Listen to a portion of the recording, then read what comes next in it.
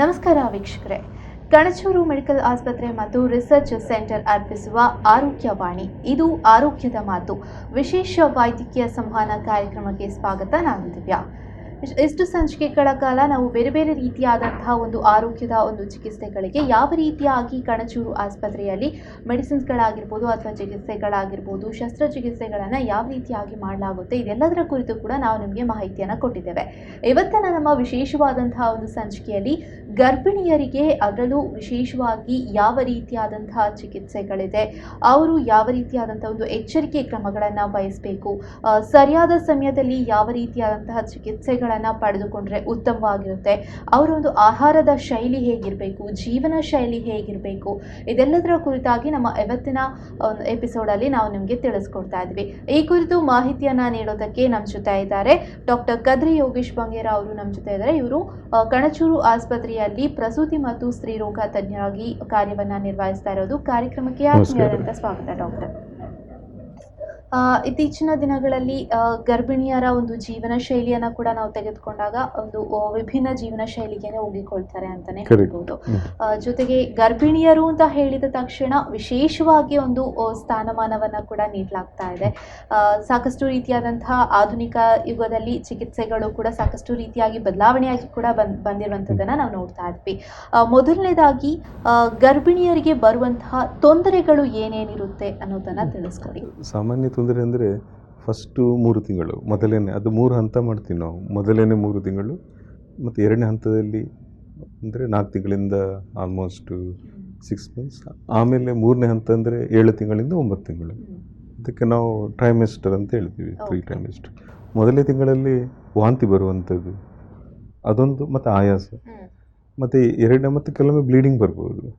ಎರಡನೇ ಹಂತದಲ್ಲಿ ಸಹ ಈ ವಾಂತಿ ಕಡಿಮೆ ಆಗುತ್ತೆ, ಎರಡನೇ ಹಂತದಲ್ಲಿ ಕಡೆಗೆ ಸ್ವಲ್ಪ ಬ್ಲೀಡಿಂಗ್ ಅಪಾಯಸ ಇರ್ಬೋದು.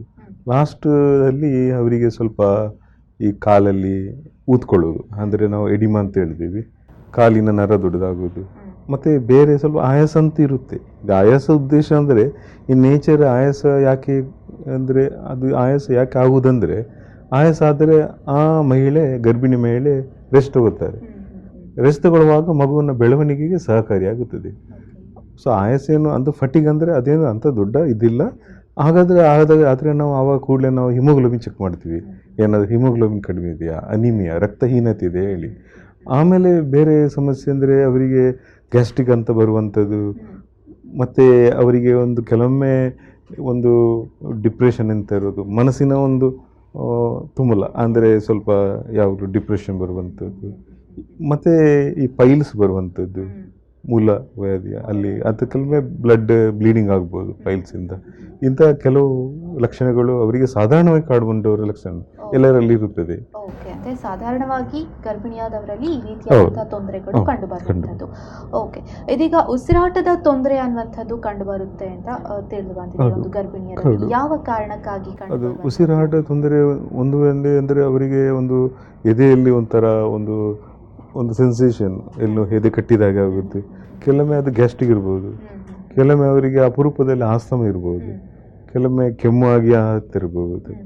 ಹೆಚ್ಚಿನ ಟೈಮಲ್ಲಿ ಅದು ಗ್ಯಾಸ್ಟ್ರೈಟಿಸ್ ಅಂತ ಹೇಳ್ತೀವಿ ನಾವು, ಅಂದರೆ ಹೈಪರ್ ಆ್ಯಸಿಡಿಟಿ, ಹೊಟ್ಟೆ ಹೈಡ್ರೋಕ್ಲೋರಿಕ್ ಆ್ಯಸಿಡ್ ಇದೆ, ಅದರ ಪ್ರಮಾಣ ಸ್ವಲ್ಪ ಜಾಸ್ತಿಯಾಗಿ ರಿಫ್ಲಕ್ಸ್ ಈಸೋಫೇಗೈಟಿಸ್, ಅಂದರೆ ಆ ತಿಂದ ಫುಡ್ ಎಲ್ಲ ವಾಪಸ್ ಬಂದು ಆ ಥರ ಒಂದು ರಿಟ್ರೋಸ್ಟರ್ನಲ್ ಬರ್ನಿಂಗ್, ಅಂದರೆ ಆ ಒಂದು ಎದೆ ಭಾಗದಲ್ಲಿ ಉರಿ ಅಂತ ಹೇಳ್ಬೋದು, ಅದು ಕಂಡುಬರುತ್ತೆ. ಮತ್ತು ಭಾಳ ಅಪರೂಪವಾಗಿ ಅವರಿಗೆ ದಮ್ ಕಟ್ಟೋದು, ಆಗ ಒಂದು ಕುಯ್ ಅಂತ ಶಬ್ದ ಬರುತ್ತೆ, ವೀಸಿಂಗ್ ಅಂತ ಹೇಳ್ತೀವಿ ನಾವು. ಸೊ ಹೌದು, ಅದು ಭಾಳ ಅಪರೂಪ, ಅದು ಎಲ್ಲರಲ್ಲಿ ಕಂಡು ಬರೋದಿಲ್ಲ. ಸಾಧಾರಣವಾಗಿ ಗ್ಯಾಸ್ಟ್ರೈಟಿಸ್ ಬರುತ್ತೆ ಅಂತ. ಮತ್ತು ಸುಸ್ತು, ಮತ್ತು ಈ ರಕ್ತ ಕಡಿಮೆ ಇದ್ದರೆ ಹಿಮೋಗ್ಲೋಬಿನ್ ಮಿನಿಮಮ್ 10 ಬೇಕು, 12 ಇದ್ದರೆ ಭಾಳ ಒಳ್ಳೆಯದು, ಒಂದು 8-7 ಇದ್ದರೆ ಭಾಳ ಕಷ್ಟ, ಅವರಿಗೆ ಉಸಿರಾಟದ ಸಮಸ್ಯೆ ಬರ್ಬೋದು ದಮ್ ಕಟ್ಟುವಾಗಿ.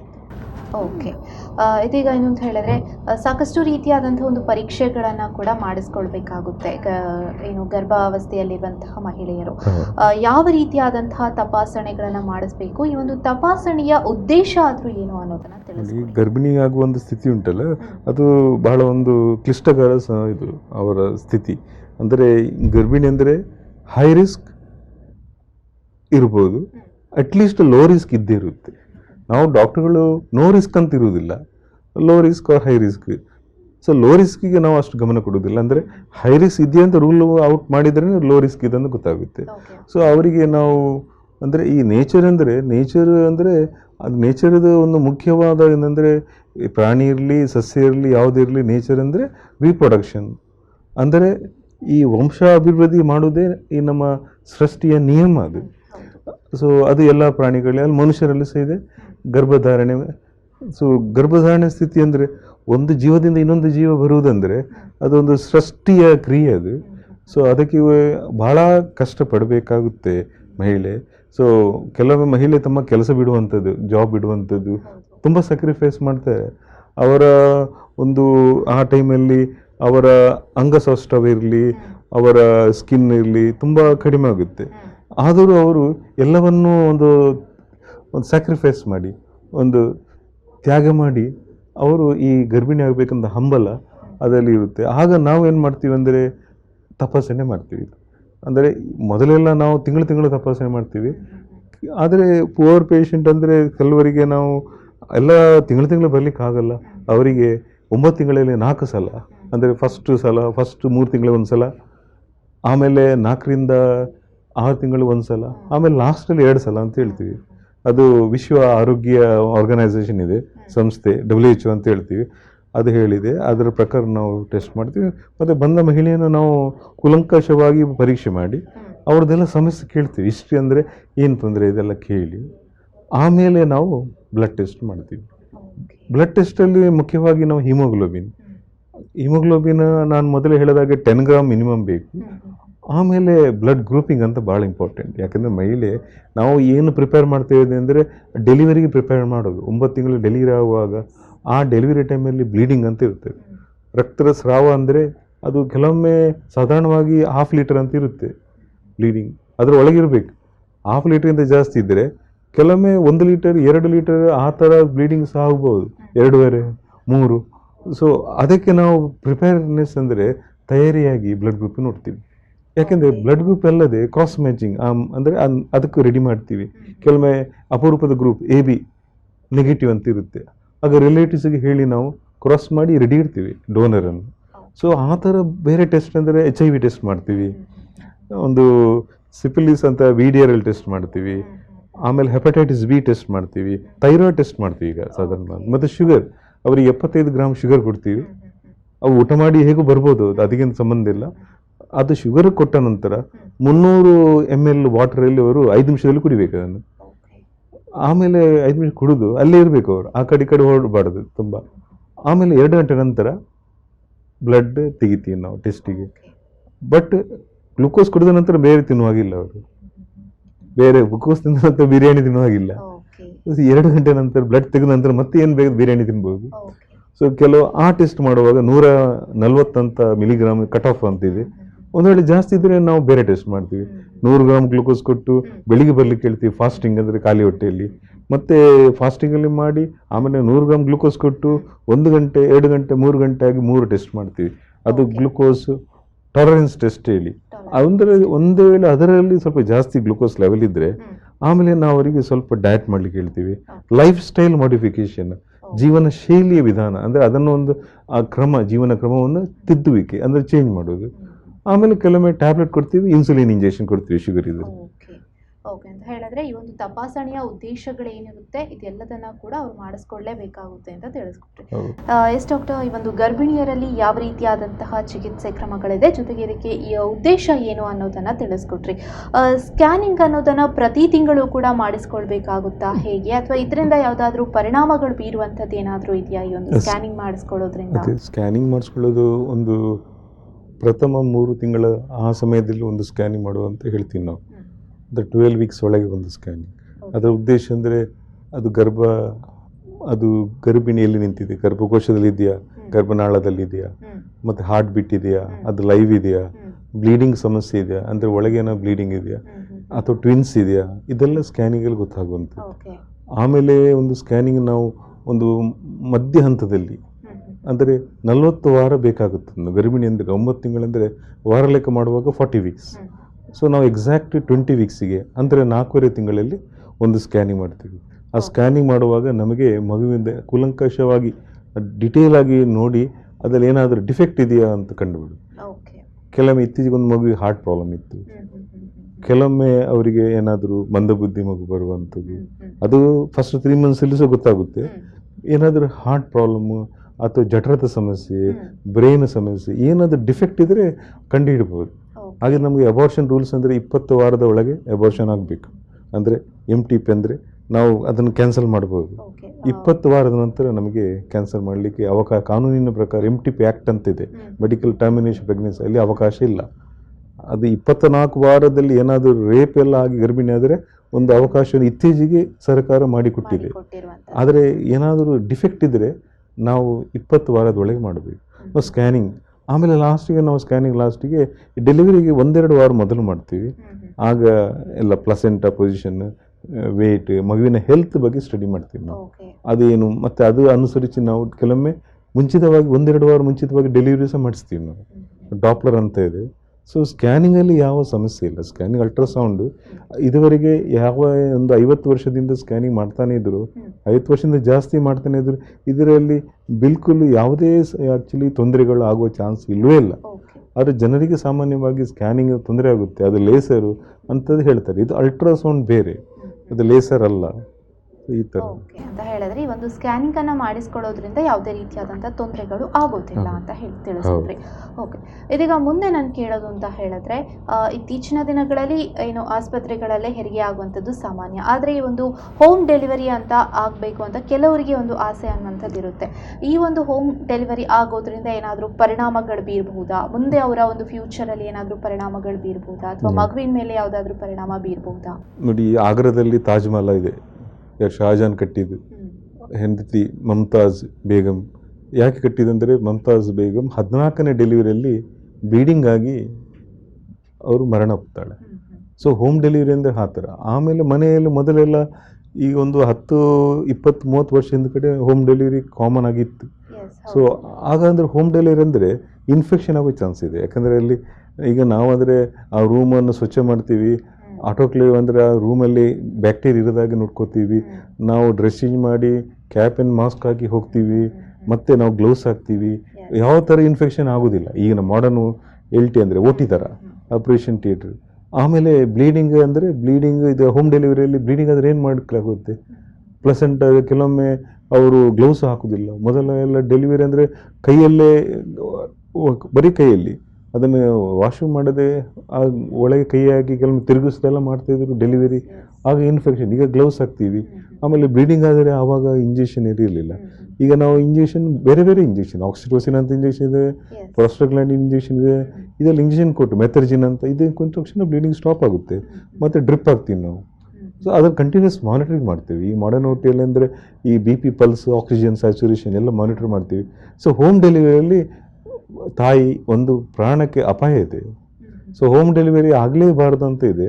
ಇನ್ನೊಂದು 5-10 ವರ್ಷದಲ್ಲಿ ಆಲ್ಮೋಸ್ಟ್ ಕಂಟ್ರಿಯಲ್ಲಿ ಈಗ ಸಿಟಿಯಲ್ಲೆಲ್ಲ 98% ಹಾಸ್ಪಿಟಲ್ ಡೆಲಿವರಿ ಆಗಿದೆ. ಈಗ ಸದ್ಯಕ್ಕೆ ಹೋಮ್ ಡೆಲಿವರಿ ಪಿಜ್ಜಾ ಮಾತ್ರ. ಅಂತ ಹೇಳಿದ್ರೆ ಇವತ್ತು ಜಾಸ್ತಿ ಏನು ಹಳ್ಳಿಗಾಡಿನ ಪ್ರದೇಶಗಳಲ್ಲಿ ಮಾತ್ರ ಈ ರೀತಿಯಾದಂಥ ಒಂದು ಹೋಮ್ ಡೆಲಿವರಿ ಅನ್ನೋಂಥದ್ದು ಇರುವಂಥದ್ದು. ಓಕೆ, ಮುಂದೆ ನಾನು ಕೇಳೋದು ಅಂತ ಹೇಳಿದ್ರೆ, ಗರ್ಭಪಾತ ಆಗುವಂಥದ್ದು ಏನು ಒಂದು 2-3 ತಿಂಗಳ ಒಳಗೆ ಆಗುವಂತಹ ಒಂದು ಗರ್ಭಪಾತ, ಇದು ಆಗದೇ ಇರುವ ಹಾಗೆ ಯಾವ ರೀತಿಯಾದಂತಹ ಒಂದು ಎಚ್ಚರಿಕೆ ಕ್ರಮಗಳನ್ನು ವಹಿಸಬೇಕು ಅಂತ? ಅದೇ ಎಚ್ಚರಿಕೆ ಕ್ರಮ ಅಂದರೆ ಮಹಿಳೆ ಸ್ವಲ್ಪ ಅವರು ಲಾಂಗ್ ಜರ್ನಿ ಮಾಡಬಾರದು. ಕೆಲವೊಮ್ಮೆ ಮೊದಲನೇ ಗರ್ಭದಲ್ಲಿ ಈ ಥರ ಗರ್ಭಪಾತ ಆಗಿದ್ದರೆ, ಅಂದರೆ ಅಬಾರ್ಷನ್ ಆಗಿದ್ದರೆ, 2ನೇ ಸಲ ನಾವು ಗಂಡಿನ ಒಂದಾಗಬಾರ್ದು ಅಂತ ಹೇಳ್ತೀವಿ. ಅಂದರೆ ಲೈಂಗಿಕ ಸಂಪರ್ಕ ಮಾಡಬಾರ್ದು ಹೇಳಿ. ಸೊ ಆ ಥರ ಹೇಳ್ತೀವಿ. ಆಮೇಲೆ ನಾವು ಅವರಿಗೆ ಸ್ಕ್ಯಾನಿಂಗ್ ಮಾಡಿಸ್ಕೊಳ್ಳಿಕ್ಕೆ ಹೇಳ್ತೀವಿ. ಆಮೇಲೆ ಇಂಜೆಕ್ಷನ್, ಬೇರೆ ಥರ ಇಂಜೆಕ್ಷನ್ ಕೊಡ್ತೀವಿ ನಾವು. ಅದು ಪ್ರೊಜೆಸ್ಟರಾನ್ ಇಂಜೆಕ್ಷನ್, ಅದು ಟ್ಯಾಬ್ಲೆಟ್, ಆಸ್ಪಿರಿನ್ ಎಲ್ಲ ಕೊಟ್ಟು, ಕೆಲವೊಮ್ಮೆ 1-2-3 ಅಬಾರ್ಷನ್ ಆದರೆ ನಾವು ಅಡ್ಮಿಟ್ ಮಾಡ್ತೀವಿ ಹಾಸ್ಪಿಟಲಲ್ಲಿ. ಕೆಲವೊಮ್ಮೆ ಡೈಲಿ ಇಂಜೆಕ್ಷನ್ ಕೊಡ್ತೀವಿ. ಒಂದು ಮಹಿಳೆಗೆ 9 ಅಬಾರ್ಷನ್ ಆಗಿತ್ತು, 10ನೇದು ನಾರ್ಮಲ್ ಡೆಲಿವರಿ, ಅಂದರೆ 9 ತಿಂಗಳು ಕಂಟಿನ್ಯೂ ಆಗಿ ನಾರ್ಮಲ್ ಆಗಿತ್ತು. ಸೊ ಅದನ್ನು ಆ ಮಹಿಳೆ ಒಂದು 6-7 ತಿಂಗಳು ಹಾಸ್ಪಿಟಲ್ ಇದ್ದು ಡೈಲಿ ಇಂಜೆಕ್ಷನ್ ತಗೊಂಡು ಕಡೆಗೆ 9 ತಿಂಗಳವಾಗ ನಾರ್ಮಲ್ ಡೆಲಿವರಿ ಆಗಿ ಭಾಳ ಖುಷಿಯಾಗಿ ಮನೆಗೆ ಹೋದರು. ಓಕೆ ಅಂತ ಹೇಳಿದ್ರೆ ಈ ಒಂದು ಅಬೋರ್ಷನ್ ಆದರೂ ಕೂಡ ಮತ್ತೆ ಅದು ರಿಪೀಟ್ ಆಗದ ಹಾಗೆ ಅವರು ನೋಡ್ಕೊಳ್ಬೇಕು. ಹೌದು, ಮತ್ತು ರಕ್ತ ಪರೀಕ್ಷೆ ಬೇರೆ ಥರದ್ದು ಸಹ ಮಾಡ್ತೀವಿ ನಾವು. ಓಕೆ. ಹಾಗಾದರೆ ಮುಂದೆ ನಾನು ಕೇಳೋದು ಅಂತ ಹೇಳಿದ್ರೆ, ಈ ಒಂದು ಹೆರಿಗೆ ಸಮಯದಲ್ಲಿ ಗರ್ಭಿಣಿಯರು ಸಾವನ್ನಪ್ತಾ ಇರುವಂಥ ಒಂದು ಸಂಖ್ಯೆ ಇದೀಗ ಹೆಚ್ಚಾಗ್ತಾ ಇದೆ. ಬೇರೆ ಒಂದು ದೇಶಗಳಿಗೆ ಹೋಲಿಸಿದರೆ ನಮ್ಮ ದೇಶದಲ್ಲಿ ಈ ರೀತಿಯಾದಂಥ ಒಂದು ಪ್ರಕರಣಗಳು ಹೆಚ್ಚಾಗ್ತಾ ಇರುವಂಥದ್ದು.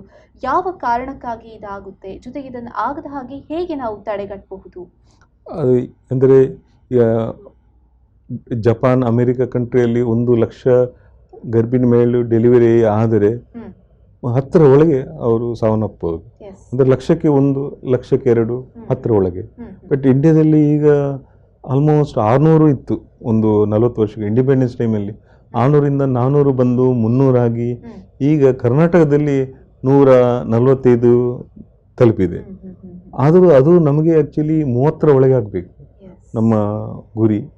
ಸೊ ಅದಕ್ಕೆ ನಾವು ಏನು ಮಾಡ್ತೀವಿ ಅಂದರೆ ಈ ಹಿಮೋಗ್ಲೋಬಿನ್ ಮಾಡುವಂಥದ್ದು, ಗ್ರೂಪಿಂಗ್ ಮಾಡುವಂಥದ್ದು, ಬ್ಲೀಡಿಂಗ್ ಆದರೆ ಆ ಟೈಮಲ್ಲಿ ನಾವು ಬ್ಲಡ್ ಕೊಡುವಂಥ ವ್ಯವಸ್ಥೆ. ಮಂಗಳೂರು ಮಟ್ಟಿಗೆ ತೊಂದರೆ ಇಲ್ಲ, ಈಗ ಬ್ಲಡ್ ಬ್ಯಾಂಕ್ ತುಂಬ ಇದೆ. ಸೊ ಸಮಯಕ್ಕೆ ಸರಿಯಾಗಿ ನಮಗೆ ಸಿಗಬಹುದು ಬ್ಲಡ್. ಇಲ್ಲದೆ ರಕ್ತದ ಕೊರತಿದ್ದರೆ ರಕ್ತ ಅಂತ ಬ್ಲಡ್ ಬ್ಯಾಂಕಲ್ಲಿ ಒಂದು ಬ್ಲಡ್ ಬ್ಯಾಂಕ್ ಆಗಿ 1-2 ಬ್ಲಡ್ ಬ್ಯಾಂಕ್ ಇದ್ದರೆ ಭಾಳ ಸಮಸ್ಯೆ ಆಗುತ್ತೆ. ಅಂದರೆ ಗ್ರಾಮೀಣ ಪ್ರದೇಶದಲ್ಲಿ ಈ ಸಮಸ್ಯೆ ಇನ್ನೂ ಜಾಸ್ತಿ ಇದೆ. ಮಂಗಳೂರಲ್ಲಿ ಸಾಧಾರಣ 7-8 ಬ್ಲಡ್ ಬ್ಯಾಂಕ್ ಇದ್ದು ನಮಗೆ ಹೇಗಾದರೂ ಅಪರೂಪದ ಗ್ರೂಪ್ ಇದ್ದರೂ ಸಹ ನಮಗೆ ಅದನ್ನು ತರಿಸಿಕೊಳ್ಳುವ ವ್ಯವಸ್ಥೆ ಇದೆ, ಸೌಲಭ್ಯ ಇದೆ. ಸೊ ರಕ್ತದಲ್ಲಿ ಸಹ ಬೇರೆ ಬೇರೆ ಗ್ರೂಪ್ ಇದೆ. ಮೊದಲು ನಾವು ಬರೀ ರಕ್ತವನ್ನು ಕೊಡ್ತಾ ಇದ್ದೀವಿ, ಈಗ ಬರೀ ರಕ್ತವನ್ನು ಕೊಡುವುದು ಅದು ಸ್ಟಾಪ್ ಆಗಿದೆ. ರಕ್ತದ ಬೇರೆ ಬೇರೆ ಘಟಕಗಳು ಅಂದರೆ ಅದರಲ್ಲಿ ಒಂದು ಫ್ರೆಶ್ ಫ್ರೋಸನ್ ಪ್ಲಾಸ್ಮಾ ಅಂದರೆ ಪ್ಲಾಸ್ಮಾ ಸಪ್ರೇಟ್, ಆಮೇಲೆ ಕೆಂಪು ರಕ್ತಗಣಗಳಂದರೆ ಪ್ಯಾಕ್ ಸೆಲ್ಸ್ ಅಂತ ಅದನ್ನು ಸಪ್ರೇಟ್ ಕೊಡ್ತೀವಿ. ಆಮೇಲೆ ಕ್ರಯೋಪ್ರೆಸಿಪಿಟೇಟ್ ಅಂತ ಅದು ಸಪ್ರೇಟ್ ಕೊಡ್ತೀವಿ ಬ್ಲೀಡಿಂಗ್ ಇದ್ದರೆ. ಆಮೇಲೆ ಪ್ಲೇಟ್ಲೆಟ್ ಅಂದರೆ ಅದು ನಿಮಗೆ ಈಗ ಡೆಂಗು ಫೀವರ್ ಬರುವಾಗ ಪ್ಲೇಟ್ಲೆಟ್ ಕೌಂಟ್ ಮಾಡೋದು ಎಲ್ಲ ಗೊತ್ತಿದೆ, ಅದು ಕೆಲವೊಮ್ಮೆ ಕಡಿಮೆ ಆಗುತ್ತೆ. ಅದಕ್ಕೆ ನಾವು ಪ್ಲೇಟ್ಲೆಟ್ ಕಂಪ್ಲೀಟ್ ಅದು ಸಪ್ರೇಟಾಗಿ ಕೊಡುವಂಥದ್ದು ವ್ಯವಸ್ಥೆ ಎಲ್ಲ ಮಾಡ್ತೀವಿ ನಾವು. ಆದರೆ ಕೆಲವೊಮ್ಮೆ ಮಹಿಳೆಗೆ ರಕ್ತ ತೆಳುವಾಗುವಂತ ಹೇಳ್ತೀವಿ ನಾವು. ಅಂದರೆ ರಕ್ತ ಯೂಶಲಿ ಕ್ಲಾಟ್ ಆಗಬೇಕು. ಇದು ಡೆಲಿವರಿ ಟೈಮಲ್ಲಿ ಸಾಧಾರಣ ಒಂದು ಪ್ಲಸೆಂಟಾ ಅಂತ ಬರುತ್ತೆ. ಇದು ಪ್ಲಸೆಂಟಾ ಬರುವಾಗ ಕೆಲವೊಮ್ಮೆ ಪ್ಲಸೆಂಟಾ ಬರೋದು ಲೇಟ್ ಆಗ್ಬೋದು, ಪ್ಲಸೆಂಟಾ ಒಳಗೆ ಸಿಕ್ಕಾಕೊಳ್ಬೋದು, ಗಟ್ಟಿಯಾಗಿ ಅಂಟ್ಕೊಳ್ಬೋದು. ಕೆಲವೊಮ್ಮೆ ಪ್ಲಸೆಂಟಾ ಬರುವಾಗ ಅದು ಯೂಟ್ರಸ್ ಅದು ಗಟ್ಟಿಯಾಗ್ಬೋವಂಥದ್ದು. ಅದಕ್ಕೆ ನಾವು ಕಾಂಟ್ರಾಕ್ಷನ್ ಹೇಳ್ತೀವಿ, ರಿಟ್ರಾಕ್ಷನ್ ಹೇಳ್ತೀವಿ. ಗಟ್ಟಿ ಆಗದಿದ್ದರೆ ಅಲ್ಲಿಂದ ಬ್ಲೀಡಿಂಗ್ ಸ್ಟಾರ್ಟ್ ಆಗುತ್ತೆ. ಯಾಕಂದರೆ ಒಂದು ಪ್ಲಸೆಂಟಾ ಅಂದರೆ ಒಳಗೆ ನಮ್ಮ ಅಂಗೈಯಷ್ಟು ಅಗಲದ ಗಾಯ ಇರುತ್ತೆ ಗರ್ಭಕೋಶದೊಳಗೆ. ಅಂಗೈಯಾಗಷ್ಟು ಗಾಯದಿಂದ ಬ್ಲೀಡಿಂಗ್ ಆದರೆ ಎಷ್ಟಿರ್ಬೋದು ಅಂತ ನೀವು ಊಹೆ ಮಾಡ್ಬೋದು. ಸೊ ಆ ಪ್ರಮಾಣದ ಬ್ಲೀಡಿಂಗ್ ಇರುವಾಗ ನಾವು ಇಂಜೆಕ್ಷನ್ ಎಲ್ಲ ಕೊಟ್ಟರೆ ಅದನ್ನು ಕಂಟ್ರೋಲ್ ಮಾಡ್ಬೋದು. ಅಂದರೆ ಯಾವುದಕ್ಕೂ ಒಂದು ಯುದ್ಧ ಸನ್ನದೆ. ಇದು ಡೆಲಿವರಿ ಎಂಬುದು ಯುದ್ಧ. ನಾವು ಯುದ್ಧದಲ್ಲಿ ನಾವು ಗೆಲ್ಲಬೇಕು. ಅದಕ್ಕೆ ನಾವು ಯಾವಾಗ ಗೆಲ್ತೀವಿ ಅಂದರೆ ನಾವು ಸಿದ್ಧತೆ ಇದ್ದರೆ ಮಾತ್ರ ಗೆಲ್ತೀವಿ. ಎಸ್ ಡಾಕ್ಟರ್, ಇವಾಗೇನು ಈ ಒಂದು ದಿನನಿತ್ಯ ಏನು ಆಗ್ತಾ ಇರುವಂತಹ ಒಂದು ಪ್ರಕರಣ ಏನಿರ್ಬೋದು, ಹೆರಿಗೆ ಆದ ನಂತರ ಸಾವನ್ನಪ್ಪೋದು ಯಾಕೆ ಅನ್ನೋದನ್ನು ತಿಳಿಸ್ಕೊಟ್ರಿ. ಇದೀಗ ಮುಂದೆ ಒಂದು ದೊಡ್ಡ ಚಾಲೆಂಜ್ ಆಗಿ ಇರೋದು ಅಂತ ಹೇಳಿದ್ರೆ, ಈ ಒಂದು ಉದ್ಯೋಗಸ್ಥ ಮಹಿಳೆಯರು ಗರ್ಭಿಣಿಯಾದಂಥ ಸಂದರ್ಭಗಳಲ್ಲಿ ಸಾಕಷ್ಟು ರೀತಿಯಾದಂಥ ಸವಾಲುಗಳನ್ನು ಎದುರಿಸಬೇಕಾಗುತ್ತೆ. ಕೆಲವೊಂದು ಸಂದರ್ಭಗಳಲ್ಲಿ 9 ಗಂಟೆಯಿಂದ 6 ಗಂಟೆಯವರೆಗೆ ಇರುವಂತಹ ಒಂದು ಡ್ಯೂಟಿ ಪಿರಿಯಡ್ ಏನಿದೆ, ಸಾಕಷ್ಟು ಆಹಾರದ ಒಂದು ಕ್ರಮ ಕೂಡ ಅಲ್ಲಿ ಕಡಿಮೆ ಇರುವಂಥದ್ದಾಗಿರ್ಬೋದು, ಅಥವಾ ಪೌಷ್ಟಿಕಾಂಶತೆ ಸಿಗದೇ ಇರುವಂಥದ್ದಾಗಿರ್ಬೋದು. ಇದೆಲ್ಲವೂ ಕೂಡ ಒಂದು ಗರ್ಭಧಾರಣೆ ಇರುವಂತಹ ಮಹಿಳೆಯರು ಅನುಭವಿಸಬೇಕಾದಂಥ ಒಂದು ಸವಾಲು ಅಂತಲೇ ಹೇಳ್ಬೋದು. ಇದ್ರ ಬಗ್ಗೆ ಏನು ಹೇಳ್ತೀರಾ? ನೀವು ಸರಿಯಾದ ಪ್ರಶ್ನೆ ಕೇಳಿದಿರಿ. ಯಾಕಂದರೆ ಉದ್ಯೋಗ ಅಂದರೆ ತುಂಬ ಚಾಲೆಂಜ್ ಇರುತ್ತೆ. ಕೆಲವೊಮ್ಮೆ ಮೊದಲು ಅಂದರೆ ಅನ್ಡಿವೈಡೆಡ್ ಫ್ಯಾಮಿಲಿ, ಕುಟುಂಬದಲ್ಲಿ ಅಲ್ಲಿ ಎಲ್ಲ ಇದ್ದರು, ಅಜ್ಜಿ ಇದ್ದರು, ಆಂಟಿ, ಅಂಕಲ್, ಆ ಥರ ಫ್ಯಾಮಿಲಿ. ಈಗ ನ್ಯೂಕ್ಲಿಯರ್ ಫ್ಯಾಮಿಲಿ ಅಂದರೆ ಜಾಯಿಂಟ್ ಫ್ಯಾಮಿಲಿ ಮೇಡಮ್. ಈಗ ನ್ಯೂಕ್ಲಿಯರ್ ಫ್ಯಾಮಿಲಿ ಗಂಡ ಹೆಂಡತಿ ಇಬ್ಬರೇ. ನಮಗೆ ಕೆಲವೊಮ್ಮೆ ಬರ್ತಾರೆ ನೇಪಾಳಿ, ಅವರು ಬರ್ತಾರೆ, ಅವರು ಹೋಟೆಲಲ್ಲಿ ಕೆಲಸ ಮಾಡ್ತಾರೆ, ಹೆಂಡತಿ ಮಾತ್ರ ಮನೇಲಿ ಇರೋದು, ಗಂಡ ಹೆಂಡತಿ ಇಬ್ಬರೇ. ಅಂಥ ಕೇಸಲ್ಲಿ ನಮಗೆ ಬಹಳ ಚಾಲೆಂಜಿಂಗ್. ಅದು ಒಂದು ಚಾಲೆಂಜ್ ಅಂದರೆ ಡೆಲಿವರಿ ಟೈಮಲ್ಲಿ ಯಾರು ನೋಡ್ಕೋಬೇಕು ಅಂತ ಬರುತ್ತೆ. ಡೆಲಿವರಿ ಟೈಮಲ್ಲಿ ಎಲ್ಲ ಗರ್ಭಿಣಿ ನೆನೆಸ್ಕೊಳ್ಳೋದು ಯಾರನ್ನು? ಅವರ ತಾಯಿಯನ್ನು, ಅಮ್ಮನನ್ನು. ಸೊ ಕೆಲವೊಮ್ಮೆ ಅಮ್ಮ ಇರುವಾಗ ನಾವು ಡಾಕ್ಟರ್ಗಳೇ ನಾವು ನರ್ಸ್ಗಳ ಮುಖಾಂತರ ವ್ಯವಸ್ಥೆ ಮಾಡ್ತೀವಿ. ಆಮೇಲೆ ಉದ್ಯೋಗಸ್ಥ ಮಹಿಳೆ ಇದು ಮನೇಲಿ ಇರುವಂಥದ್ದು ಹೇಳೋದು ನಾನು. ಇನ್ನು ಉದ್ಯೋಗಸ್ಥ ಮಹಿಳೆ ಅಂದರೆ ಈಗ ಗರ್ಭಿಣಿ ಆದ ತಕ್ಷಣ ಈಗ ಕೆಲವೊಮ್ಮೆ ಪ್ರೆಗ್ನೆನ್ಸಿ ಆದ ನಂತರ ಕ್ವಶನ್ ಕೇಳೋದು, ನಾನು ಕೆಲಸಕ್ಕೆ ಹೋಗ್ಬೋದಾ ಹೇಳಿ ಉದ್ಯೋಗಿಗೆ. ಆಗ ನಾವು ಹೇಳ್ತೀವಿ ಕೆಲಸಕ್ಕೆ ಹೋಗ್ಬೋದು. ಈ ಹಾರ್ಡ್ ವರ್ಕ್ ಅಂದರೆ ಆ ಕೆಲಸಕ್ಕೆ ಹೋಗೋದು ಬೇಡ ಹೇಳ್ತೀವಿ ನಾವು. ಆದರೆ ಸಾಧಾರಣ ಟೀಚಿಂಗ್ ಜಾಬ್, ಕ್ಲರಿಕಲ್ ಜಾಬ್ ಅಥವಾ ಬೇರೆ ಬೇರೆ ಸಾಧಾರಣ ಜಾಬಲ್ಲಿ ನಾವು ಅಲ್ಲಿ ಶ್ರಮ ಇರೋದಿಲ್ಲ, ದೈಹಿಕ ಶ್ರಮ, ಆ ಜಾಬ್ ಖಂಡಿತ ಮಾಡ್ಬೋದು ಹೇಳ್ತೀವಿ. ಕೆಲವೊಮ್ಮೆ ಟ್ರಾನ್ಸ್ಪೋರ್ಟೇಷನ್ ಅಂದರೆ ಹೇಗೆ ಕೆಲಸ ಜಾಗ ತಲುಪಬಹುದು. ಸೊ ನಾವು ಹೇಳ್ತೀವಿ ಆದಷ್ಟು 3 ವೀಲರ್ಸ್ ಅಂದರೆ ಈ ರಿಕ್ಷಾ, 2 ವೀಲರ್ಸೇ ಅವಾಯ್ಡ್ ಮಾಡಿ. ನೀವು ನಡ್ಕೊಂಡು ಹೋಗಿ, ಬಸ್ಸಲ್ಲಿ ಹೋಗಿ, ಮತ್ತು ಸಾಧ್ಯ ಆದರೆ ಕಾರಲ್ಲಿ ಹೋಗಿ. ಬಟ್ ಆದಷ್ಟು ಈ ಟೂ ವೀಲರ್ ಅಂದರೆ ಬ್ಯಾಲೆನ್ಸ್ ಇರೋದಿಲ್ಲ, ನಡ್ಕೊಂಡು ಹೋಗಿ ಅಂತ ಹೇಳ್ತೀವಿ. ಕೆಲವೊಮ್ಮೆ ದೂರದಿಂದ ಹೋಗಿರುತ್ತೆ, ಕೆಲವರಿಗೆ ಮೊದಲೇ ಅಬಾರ್ಷನ್ ಆಗಿದ್ರೆ ನಾವು ರೆಸ್ಟ್ ಅಂತ ಹೇಳ್ತೀವಿ ಮನೆಯಲ್ಲೇ. ಆದರೆ ಕೆಲವರಿಗೆ ಸಮಸ್ಯೆ ಇರುತ್ತೆ, ಜಾಬ್ ಈಸ್ ವೆರಿ ಇಂಪಾರ್ಟೆಂಟ್ ಆಗಿರುತ್ತೆ. ಸೊ ಆವಾಗ ನಾವು ಸ್ವಲ್ಪ ಮಾಡಿಫಿಕೇಷನ್ ಅಂತ ಮಾಡ್ತೀವಿ. ನಾವು ಆದಷ್ಟು ಸ್ವಲ್ಪ ಕಾಂಪ್ರಮೈಸ್ ಮಾಡಬೇಕಾಗುತ್ತೆ. ಆಮೇಲೆ ಉದ್ಯೋಗಸ್ಥ ಮಹಿಳೆ ಅಂದರೆ ಚಾಲೆಂಜ್ ಅಂದರೆ ಫುಡ್. ಬೆಳಿಗ್ಗೆ ಅಡುಗೆ ಮಾಡಿ ಹೋಗಬೇಕು, ಆಮೇಲೆ ಬೆಳಿಗ್ಗೆ ಬೇಗ ಹೇಳಬೇಕು. ಮಧ್ಯಾಹ್ನದ ಟಿಫಿನನ್ನು ಯಾವುದಾದ್ರು ಡ್ರೈ ಲಂಚನ್ನು ಬೆಳಿಗ್ಗೆ ಪ್ರಿಪೇರ್ ಮಾಡಬೇಕು. ಆ ಬೆಳಿಗ್ಗೆ ಪ್ರಿಪೇರ್ ಮಾಡಿದ ಲಂಚ್ ಯೂಶ್ವಲಿ 6 ಗಂಟೆ ಒಳಗೆ ತಗೋಬೇಕು ನಾವು. ಇಲ್ಲದ್ರೆ ಅದರಲ್ಲಿ ಯಾವುದು ವಿಟಮಿನ್ಸ್, ಯಾವುದು ಪೋಷಕಾಂಶಗಳಿರೋದಿಲ್ಲ. ಸೊ ಅದೊಂದು ಚಾಲೆಂಜ್ ಫುಡ್ಡಲ್ಲಿ ಬಗ್ಗೆ ಹೇಳ್ತೀವಿ. ನಾವು ಅವರಿಗೆ ಹೇಳ್ತೀವಿ, ನೀವು ಸ್ವಲ್ಪ ಫ್ರೂಟ್ಸ್ ತಗೊಂಡೋಗಿ ಅಂತ ಹೇಳ್ತೀವಿ. ಅಂದರೆ ಅದೊಂದು ರೆಡಿಮೇಡ್ ಫುಡ್, ಅದು ಫುಲ್ ಆಫ್ ಒಂದು ಪ್ರೋಟೀನ್ಸ್. ನಾವು ಬನಾನಾ, ಆ್ಯಪಲ್ ಅಂತ ಫ್ರೂಟ್ಸ್ ಜಾಸ್ತಿ ತಗೊಳ್ಳಿ, ನೀವು ಸ್ವಲ್ಪ ಡ್ರೈ ಲಂಚ್ ತಗೊಳ್ಳಿ, ಕರ್ಡ್ಸ್ ಅಂಥದ್ದೆಲ್ಲ ತಗೊಳ್ಳಿ ಅಂತ ಹೇಳ್ತೀವಿ. ಡ್ರೈ ಫ್ರೂಟ್ಸಿಗೆ ನಾವು ಪ್ರಾಧಾನ್ಯತೆ ಕೊಡ್ತೀವಿ. ಅಂದರೆ ಗರ್ಭಿಣಿ ಮೇಲೆ ಒಂದು ದಿವಸದಲ್ಲಿ ಒಂದು ಅರ್ಧ ಲೀಟರ್ ಅದನ್ನು ಹಾಲು ಕುಡಿಬೇಕು. ಹೌದು, 1 ಲೀಟರ್ ಹಾಲು ಕುಡಿದರೆ 1.5 ಗ್ರಾಮ್ ಕ್ಯಾಲ್ಶಿಯಂ ಸಿಗುತ್ತೆ. ಸೊ 500 ಹಾಲು ಕುಡಿದ್ರೆ ಅಟ್ಲೀಸ್ಟ್ ಒಂದು 750 ಅಂದರೆ 750 ಅಷ್ಟು ಸಿಕ್ಕಿದ್ರೆ ಸಾಕು. ಮತ್ತು ಬೇರೆ ರೀತಿಯಲ್ಲಿ ಫುಡ್ ಕೊಡ್ಬೋದು, ನಾವು ಕ್ಯಾಲ್ಶಿಯಂ ಟ್ಯಾಬ್ಲೆಟ್ ಕೊಡ್ಬೋದು. ಸೊ ಹಾಲಿಗೆ ನಾವು ತುಂಬ ಮಹತ್ವ ಕೊಡ್ತೀವಿ. ಅವ್ರಿಗೆ ಹೇಳ್ತೀವಿ ಟೇಕ್ ಮಿಲ್ಕ್ ಹೇಳ್ತೀವಿ, ಆಮೇಲೆ ಟೇಕ್ ಒನ್ ಆರ್ 2 ಎಗ್ಸ್ ಅಂತ ಹೇಳ್ತೀವಿ, ಆಮೇಲೆ ಡ್ರೈ ಫ್ರೂಟ್ಸ್ ಹೇಳ್ತೀವಿ. ಡ್ರೈ ಫ್ರೂಟ್ಸಲ್ಲಿ ನಾವು ಈಗ ಕೆಲವರಿಗೆ ನಾವು ಜಸ್ಟ್ ಗ್ರೌಂಡ್ನಟ್ಸ್ ಹೇಳ್ತೀವಿ ನಾವು, ಅಥವಾ ಕ್ಯಾಶ್ಯೂ, ಗ್ರೌಂಡ್ನಟ್ಸ್. ಆಮೇಲೆ ಸ್ವಲ್ಪ ರಿಚ್ ಅವರ ಸೋಷಿಯಲ್ ಸ್ಟೇಟಸ್ ಮೇಲೆ ಬಾದಾಮ್ ತಿನ್ನಿ, ಅಥವಾ ಡೇಟ್ಸ್, ಅಂದರೆ ಡೇಟ್ಸಲ್ಲಿ ಕಬ್ಬಿಣಾಂಶ ಜಾಸ್ತಿ ಇದೆ, ಅದು ತಗೊಳ್ಳಿ ಹೇಳ್ತೀವಿ. ಆಮೇಲೆ ವೆಜಿಟೇಬಲ್ಸ್ ಬರುತ್ತೆ. ವೆಜಿಟೇಬಲ್ಸಲ್ಲಿ ತುಂಬ ಅಂದರೆ ಈ ಅಯನ್ ರಿಚ್, ಅದಕ್ಕೆ ನಾವು ಈಗ ಬಸಳೆ ಅಂಥದ್ದು, ಹರಿವೆ ಸೊಪ್ಪು ತುಂಬ, ಅಂದರೆ ಯಾವುದಂದರೆ ಪಾಲಕ್ ಅಂತ ಸೊಪ್ಪಿನ ಪದಾರ್ಥ, ಅಥವಾ ಬೀನ್ಸ್ ಅಂಥದ್ದೆಲ್ಲ ನಾರಿನಂಶ ಜಾಸ್ತಿ ಇರುತ್ತೆ. ಗರ್ಭಿಣಿಯರಿಗೆ ಕಾನ್ಸ್ಟಿಪೇಷನ್ ಯೂಶಲಿ ಕಾಮನ್. ಸೊ ಫುಡ್ಡಲ್ಲಿ ನಾರಿನಂಶ ಇದ್ದರೆ ಮೋಷನ್ ಕರೆಕ್ಟ್ ಹೋಗುತ್ತೆ. ಇದು ಕಾನ್ಸ್ಟಿಪೇಷನ್ ಇದೆ, ಪೈಲ್ಸ್ ಆದರೆ ಬ್ಲೀಡಿಂಗ್, ಇದೆಲ್ಲ ಸಮಸ್ಯೆ ಬರುತ್ತದೆ. ಆಮೇಲೆ ನಾವು ಅವರಿಗೆ ಬೇರೆ ಫುಡ್ ನಾವು ತಗೋಬೋದು ಹೇಳ್ತೀವಿ. ಉದಾಹರಣೆಗೆ ಚಿಕನ್, ಮಟನ್ ಅದು ಏನು ತಗೋಬೋದು ಹೇಳ್ತೀವಿ, ಫಿಶ್. ಬಟ್ ಹೆಲ್ತಿಗೋಸ್ಕರ ಅವರು ಒಂದು ಹಾಲು, ಮೊಟ್ಟೆ, ಒಂದು ಡ್ರೈ ಫ್ರೂಟ್ಸು, ಒಂದು ಫ್ರೂಟಲ್ಲಿ ಬೆಸ್ಟ್ ಬನಾನಾ, ಅಂದರೆ ಮೋಷನ್ ಎಲ್ಲ ಕರೆಕ್ಟ್ ಆಗುತ್ತೆ. ನಾವು ಸಾಧಾರಣವಾಗಿ ಕ್ಯಾವೆಂಡಿಶ್ ಹೇಳ್ತೀವಿ. ಕ್ಯಾವೆಂಡಿಶ್ ಅಂದರೆ ಗ್ರೀನ್ ಬನಾನಾಸಲ್ಲಿ ಸ್ವಲ್ಪ ಅಯನ್ ಕಂಟೆಂಟ್ ಜಾಸ್ತಿ ಇದೆ. ಆಮೇಲೆ ಈವನ್ ಮೈಸೂರು ಬಾಳೆಹಣ್ಣಲ್ಲಿ ಅದರಲ್ಲಿ ಸೀಡ್ಸ್ ಇದೆ, ಆ ಸೀಡ್ಸ್ ಇರೋದಕ್ಕೆ ಮೋಷನ್ ಕರೆಕ್ಟ್ ಹೋಗುತ್ತೆ. ಆ ಥರ ಆಹಾರ ಕ್ರಮ, ಜಾಸ್ತಿ ನೀರು ಕುಡಿಲಿಕ್ಕೆ ಹೇಳ್ತೀವಿ. ಯಾಕೆಂದರೆ ಮಂಗಳೂರಲ್ಲಿ ಅಂದರೆ ಹ್ಯುಮಿಡಿಟಿ ಜಾಸ್ತಿ ಇದೆ, ಸಮುದ್ರ ಹತ್ತಿರ ಇದ್ದರೆ 85% ಹ್ಯುಮಿಡಿಟಿ ಇದೆ. ಸೊ ದಿವಸಕ್ಕೆ 3 ಲೀಟರ್, ಸಮರ್ ಟೈಮಲ್ಲಿ 4 ಲೀಟರ್ವರೆಗೆ ಕುಡಿಬೇಕಾಗುತ್ತೆ. ಇಲ್ಲದ ಯೂರಿನ್ ಇನ್ಫೆಕ್ಷನ್, ಗರ್ಭಿಣಿ ಯೂರಿನ್ ಇನ್ಫೆಕ್ಷನ್ ಭಾಳ ಕಾಮನ್. ಸೊ ನಾವು ಕೆಲವೊಮ್ಮೆ ಹೇಳ್ತೀವಿ, ಬರೀ ನಾವು ನೀರು ಕುಡಿದ್ರೆ ಸಾಕಾಗೋದಿಲ್ಲ, ಯಾಕೆಂದರೆ ನಾವು ಬೆವರುವಾಗ ಉಪ್ಪಿನಾಂಶ ಜಾಸ್ತಿ ಶರೀರದಿಂದ ಹೋಗುತ್ತೆ. ಆವಾಗ ನಾವು ಅವ್ರಿಗೆ ಹೇಳ್ತೀವಿ ಒಂದು ಯಾವುದೋ ಫ್ರೂಟ್ ಜ್ಯೂಸು, ಅಥವಾ ಲಿಂಬೆಹಣ್ಣಿನ ಶರ್ಬತ್ತು, ಅಥವಾ ಮಜ್ಜಿಗೆ. ಅಂದರೆ ಅದರಲ್ಲಿ ಈಗ ಲಿಂಬೆಹಣ್ಣಿನ ಶರ್ಬತ್ ಅಂದರೆ ಅದರಲ್ಲಿ ಸ್ವೀಟ್ ಆ್ಯಂಡ್ ಸಾಲ್ಟ್, ಅಂದರೆ ಶುಗರ್ ಇರುತ್ತೆ, ಉಪ್ಪಿರುತ್ತೆ. ಆಮೇಲೆ ನಾವು ಇದು ಹಾಕುವಾಗ ಸಿಟ್ರಸ್ ಫ್ರೂಟ್ಸ್ ಅಂದರೆ ಲಿಂಬೆಹಣ್ಣಿನಲ್ಲಿ ಪೊಟ್ಯಾಷಿಯಮ್ ಇರುತ್ತೆ. ಸೊ ಅಂಥದ್ದು. ಮತ್ತು ಈ ಕೋಕೋನಟ್ ವಾಟರ್ ಅಂದರೆ ಬೊಂಡ ಕುಡಿಲಿಕ್ಕೆ ಹೇಳ್ತೀವಿ. ಈ ಥರ ನಾವು ಅವರಿಗೆ ಹೇಳುವಾಗ ಆ ಒಂದು ಫುಡ್ ಪ್ರಾಬ್ಲಮ್ ಸಾಲ್ವ್ ಆಗುತ್ತೆ. ಅಂದರೆ ಈಗ ಬೇರೆಯವರಿಗೆ ನಾವು ರಿಪೀಟೆಡ್ ಆಗಿ ತಿನ್ನೋ ಅಗತ್ಯ ಇಲ್ಲ. ಈಗ ನಾವು 3 ಸಲ ಊಟ ಮಾಡಿದರೆ ನಾವು ಫಾಸ್ಟಿಂಗ್ ಗರ್ಭಿಣಿಯರು ಫಸ್ಟ್ 3 ಮಂತ್ಸಲ್ಲಿ 6 ಸಲ ಮಾಡಬೇಕಾಗುತ್ತೆ. ಅಂದರೆ small feeds but more frequent times. So ಅಂದರೆ ಆಹಾರ ಕ್ರಮಗಳನ್ನು ಕೈಗೊಳ್ಳಬೇಕಾಗುತ್ತೆ ಅಂತ ತಿಳಿಸ್ಕೊಟ್ರಿ. ಓಕೆ, ಇದೀಗ ಏನು ಇವತ್ತು ಗರ್ಭಧಾರಣೆಯನ್ನು ಆಗಿರುವಂತಹ ಮಹಿಳೆಯರು ಮಂತ್ಲಿ ಒಂದು ಟೆಸ್ಟ್ಗಳನ್ನು ಮಾಡಿಸ್ಬೇಕಾಗುತ್ತಾ, ಚಿಕಿತ್ಸೆಗಳನ್ನು ಏನಾದರೂ ಮಾಡಿಸ್ಕೊಳ್ಬೇಕಾಗುತ್ತಾ, ಹೇಗೆ? ಮಂತ್ಲಿ ಗರ್ಭಧಾರಣೆಗೆ ಮೊದಲೇ ಮಾಡಬೇಕು ಹೇಳಿ ಗರ್ಭಧಾರಣೆ. ಹೌದು, ಗರ್ಭಧಾರಣೆ ಆಗೋ ಮೊದಲು ಸಹ ಟೆಸ್ಟ್ ಮಾಡಬೇಕಾಗುತ್ತೆ ಆ್ಯಕ್ಚುಲಿ.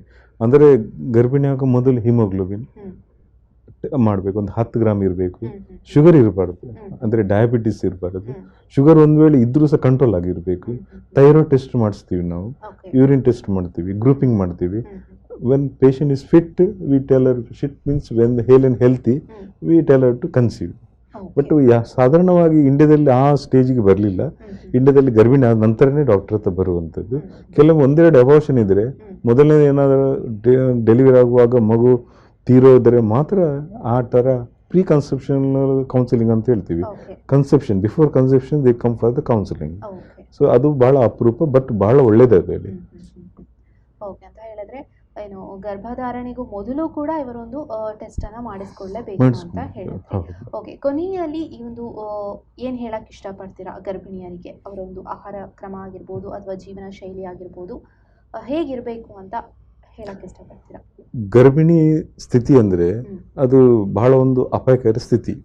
ಸೊ ನಾವು ಇಂಗ್ಲೀಷಲ್ಲಿ ಮಾತಾಡೋದಂದರೆ risk, there is nothing like no risk, there is only 2 things, low risk, high risk. ಅಂದರೆ ಗಂಡಾಂತರ ಅಲ್ಪ ಪ್ರಮಾಣದ್ದು, ಅದಕ್ಕೆ ಲೋ ರಿಸ್ಕ್ ಅಂತ ಹೇಳ್ತೀವಿ, ಅಥವಾ ತೀವ್ರ ಗಂಡಾಂತರ ಅಥವಾ ತೀವ್ರ ಅಪಾಯ. ಸೊ ಈಗ ಒಂದು ಇಷ್ಟೇ ರಿಸ್ಕ್ ಅಂತಿರುತ್ತೆ ಪ್ರೆಗ್ನೆನ್ಸಿಯಲ್ಲಿ. ಸೊ ನಾವು ನಮ್ಮ ಉದ್ದೇಶ ಏನೆಂದರೆ ಆ ರಿಸ್ಕನ್ನು ಕಡಿಮೆ ಮಾಡೋದು. ಈಗ ತೀವ್ರ ಗಂಡಾಂತರ ಅಂದರೆ ನಾವು ಬೇರೆ ಟೆಸ್ಟ್ ಎಲ್ಲ ಮಾಡಿ ಒಂದು ಪೇಷಂಟ್ಗೆ HIV ಇದೆಯಾ ಅಂತ ನೋಡ್ತೀವಿ, ನಾವು ಶುಗರ್ ಇದೆಯಾ, ಡಯಾಬಿಟಿಸ್ ನೋಡ್ತೀವಿ, ಪ್ರೆಷರ್ ಇದೆಯಾ ನೋಡ್ತೀವಿ. ಸೊ ಆ ಥರ ಫಿಟ್ಸ್ ಇದೆಯಾ ನೋಡ್ತೀವಿ, ಆಸ್ತಮ್ ಇದೆಯಾ ನೋಡ್ತೀವಿ, ಬ್ಲೀಡಿಂಗ್ ಪ್ರಾಬ್ಲಮ್ ಇದೆಯಾ ನೋಡ್ತೀವಿ. ಇತ್ತೀಚೆಗೆ ಒಂದು ಮಹಿಳೆ ಅವರು 6 ತಿಂಗಳು ಜಸ್ಟ್ 7 ತಿಂಗಳಾಗುವಾಗ ಹಾಸ್ಪಿಟಲ್ ಬಂದಿದ್ದರು. ಅಂದರೆ ಹೈಪರ್ ಟೆನ್ಷನ್ ಬಹಳ ಜಾಸ್ತಿ ಇತ್ತು. ಅವ್ರು ಬಂದಿದ್ದು ಆ ಕಡೆಯಿಂದ, ಕುಂಬ್ಳೆ ಅಂದರೆ ಕೇರಳ ಬಾರ್ಡರಿಂದ ಬಂದರೆ ಆ ಟೈಮಲ್ಲಿ ಮಧ್ಯರಾತ್ರಿ ಬಂದಿದ್ದಾರೆ, BP ಹೈ ಇತ್ತು. ಸೊ ಅಷ್ಟೊತ್ತಿಗೆ ಜಸ್ಟ್ ಒಂದು 28 ವಾರ ಅಷ್ಟೇ. ಈಗ 40 ವಾರ, ಈ ಫುಲ್ ಟೈಮ್ 9 ತಿಂಗಳೇ 40 ವಾರ, ಇದು 6-6.5 ತಿಂಗಳು. ಬಟ್ ನಾವು ಏನು ಮಾಡಿದ್ದೀವಿ, BP ಕಂಟ್ರೋಲ್ ಮಾಡಿಗೆ ಒಂದು ಮಾತ್ರೆಯಲ್ಲಿ ಕೊಟ್ಟು ಸಾಗಿಲ್ಲ, ಒಂದು 2-3 ಮಾತ್ರೆ ಕೊಟ್ಟು ನಾವು ರಾತ್ರಿ ಸ್ಕ್ಯಾನಿಂಗ್ ಮಾಡಿ, ಮತ್ತು ಫಿಟ್ಸ್ ಬರೋದಾಗಿ ಕೆಲವೊಮ್ಮೆ BP ಜಾಸ್ತಿ ಫಿಟ್ಸ್ ಬರುತ್ತೆ, ಮತ್ತು ನಾವು ಸಿಸೇರಿಯನ್ ಮಾಡಬೇಕಾಗಿದೆ. ಅಂದರೆ ಮಗುವನ್ನು ಬಚಾವ್ ಮಾಡಿ ಆ ಮಗುವನ್ನು NIC ICU ಇಟ್ಟಿದ್ದೀವಿ. ಈಗ ಆ ಒಂದು ನಾವು ಇಮಿಡಿಯೇಟ್ ಸಿಸೇರಿಯನ್ ಮಾಡಿದ್ದಕ್ಕೆ ತಾಯಿ ಸಹ ಬದುಕಿದೆ, ಮಗು ಸಹ ಬದುಕಿದೆ. ಅಂದರೆ ಸಿಸೇರಿಯನ್ ಯಾವಾಗಲೂ ಅದು ಕರೆಕ್ಟ್ ಟೈಮಲ್ಲಿ ಮಾಡಿದರೆ ಒಳ್ಳೆಯದು.